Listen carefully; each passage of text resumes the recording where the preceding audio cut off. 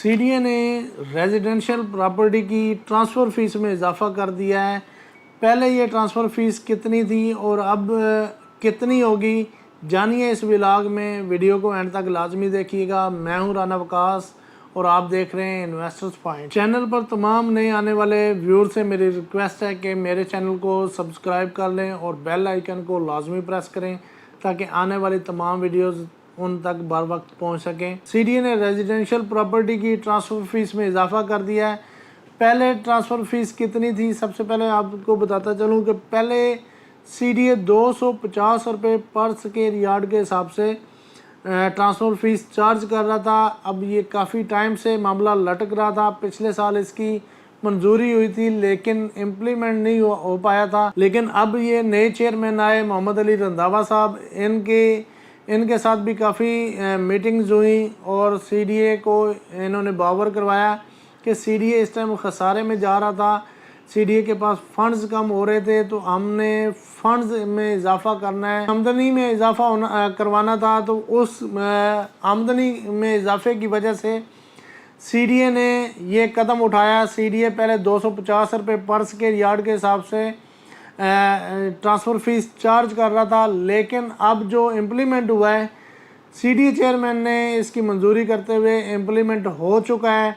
अब आपने जो भी प्रॉपर्टी परचेज़ करेंगे, जो आप डिक्लेयर्ड अमाउंट करेंगे, फॉर एग्ज़ाम्पल आपने कोई प्रॉपर्टी ली है, उसकी आपने डिक्लेयर्ड अमाउंट की है 1 करोड़ पे, तो उसकी जो ट्रांसफ़र फ़ीस होगी वो 1% होगी।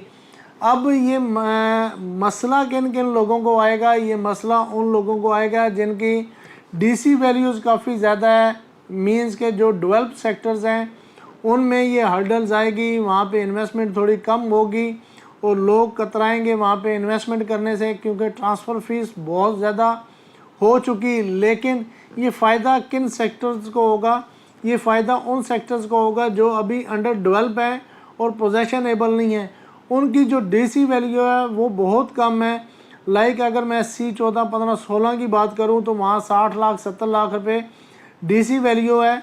तो वहाँ जो ट्रांसफ़र फ़ीस पहले दे रहे थे वो 1,25,000 थी, अब उनकी कम होके 60,000 70,000 हो जाएगी। और इसी तरह E12 है, I12 है, I15 है, ये भी वो तमाम अंडर डेवलप्ड सेक्टर्स हैं जहाँ पे ट्रांसफ़र फ़ीस पहले ज़्यादा पे कर रहे थे, अब इनको कम पे करनी पड़ेगी।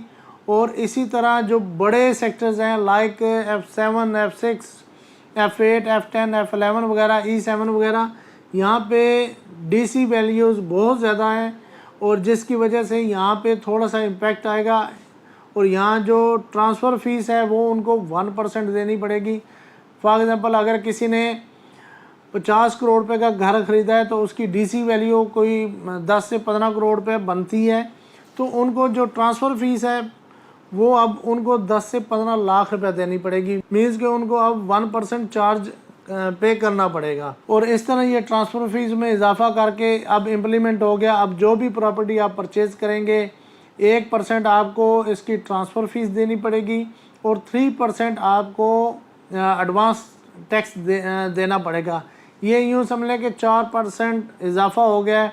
अब कोई भी प्रॉपर्टी परचेज़ करेंगे वो 4% होगी, और अगर आप प्लॉट सेल करेंगे तो उनको भी 4% देना पड़ेगा। 3% विद होल्डिंग टैक्स है और 1% FBR का 7E टैक्स है।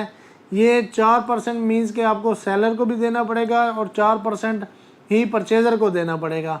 ये टोटल कुल मिला के 8% बनता है अगर आप फाइलर हैं तो। अब यहाँ पे इजाफा होता आ रहा है, लेकिन मैं ये समझता हूँ कि ये अच्छी चीज़ नहीं है।